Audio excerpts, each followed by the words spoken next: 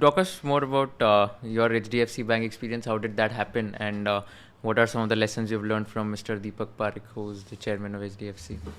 And this was 94, 93, 94. Those Indian companies which were professional didn't pay a decent wage, and those who paid a decent wage weren't professional. So when I get this call from Bharat Shah saying, Louis, we're setting up a bank, Aditya is going to be running it, etc. Are you interested? I said, done. So I came on board just because we wanted to be in an Indian organization. So I was the third banker who came on board. And in my appointment letter actually said HDFC Bank in bracket proposed, because there was no bank, there was no banking license, there was nothing. And I remember I'd come in, there was 3-4 of us in the office at that time. And I'd come into the office, I had the keys to the office because I would be the first person in. And Fiona had gone for a friend's wedding in Spain, so when our house was getting redone, so I'd walk down, and there used to be those days of a lovely vada pav guy sitting outside Raymond House. I would buy 2 vada pavs from him. I would collect the newspapers which were lying on the floor outside the locked door. I would open the office, and then I would say, now, how do I keep myself busy today? There's no work here. I mean, we don't have a bank, we don't have a license. So that's when I learned PowerPoint. So that was the first skill that I picked up at HDFC Bank. And PowerPoint was this revolutionary, I don't even know what it was called PowerPoint at that time, whatever it was called. It was a revolutionary productivity tool to make presentations here. This is which year, by the way? 94. Okay. So the first presentation of HDFC Bank, I prepared. And many years later, I could still see 1 or 2 slides from that, obviously now done in a more professional manner. But that was it, yeah. And then we sort of, looked at, how do we build out the bank. And in the first, I joined in, I think, August.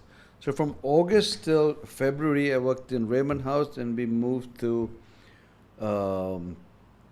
Sandoz House when it was stripped down because Sandoz had just moved out, and they were just rented furniture, and the land was a series of wires on the floor, and someone kicked the wire and the whole land collapsed. We were in that situation. We didn't have enough chairs in the office. If you came in late, you didn't have a chair. So to me, it was frugality, which is, the big lesson that I learned. And I think that's what's important. So today when I see startups and having all this fancy lifestyle, etc., I can't relate to it, because that's not how we started HDFC Bank here. We started off in an industrial gala. We started, with nothing at all here. And then we built it up here. We gave up on all the perks that we had as foreign bankers. We gave up on salaries, etc., because we were excited about building something here. Aditya, I remember one day at the famous coffee cup story. Have you ever heard that one? No, I have not. So one day he said, okay, we're cost cutting. You bring your own coffee cup to the office. And everyone screamed, this is really the level of pettiness over here. But that set the tone.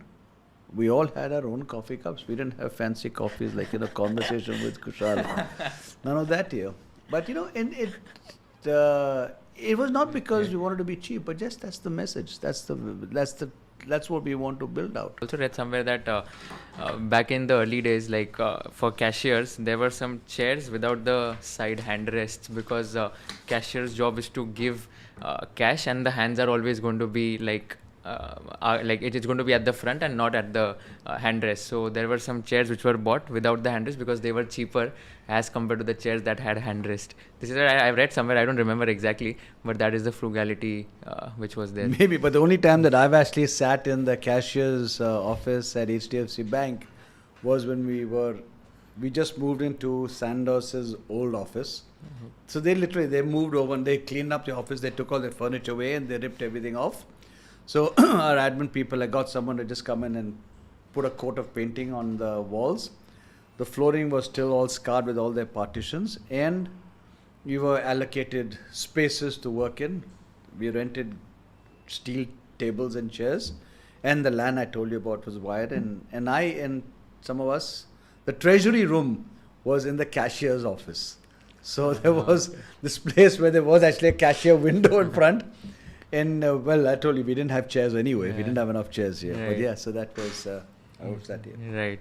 Very interesting. So now, like, we've worked at multiple companies: HDFC Bank, HSBC, Citibank, Chris Capital, and you said you quit your job in 2010, and and you started ISPP, which is Indian School of Public Policy, in 2018, right? So I just wanted to understand. So before we talk about ISPP also, so what was the last job, which company, and if you don't mind sharing, like, what was the salary that you were earning? Because it requires a lot of courage to take a plunge from sacrificing that amount to like get into entrepreneurship. Sure. So I honestly don't remember what my last salary was here. Which It just was shows so huge that you don't no, remember no, it wasn't huge. I mean, it's a joke sometimes when I talk to colleagues. The salaries today are just so absurd compared to what I was getting at that time here. I remember what my starting salary at IDFC was. I don't remember what my end salary was, but when here was I leaving Chris Capital, coming across to IDFC, and my salary was, and Nasser, who was the CEO of IDFC, when I was setting up this separate entity, and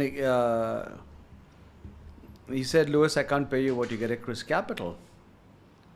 And I said, that's not important, just be fair. I mean, it's really strange, but every job I've taken was at a lower salary than my previous job. Who is it? But there was always some upside. So my graph was, would be this, and then this, and then this, and then this, and that. But it kept going up every time. But it was not because of the salary. It was because of the ESOPs or the carried interest that I made the money. So I remember my starting salary at IDFCP was 50 lakhs a year. Okay, this was in 2002.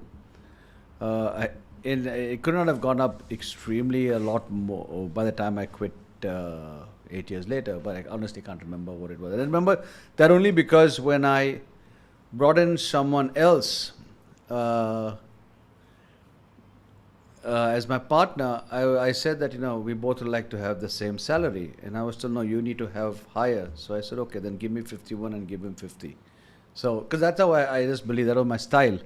And then later on I was told, look, Lewis, okay, you will get carry, but not the rest of the team. And then I said that I'm not getting it. Either the team gets it or nobody gets it. It's as simple as that here.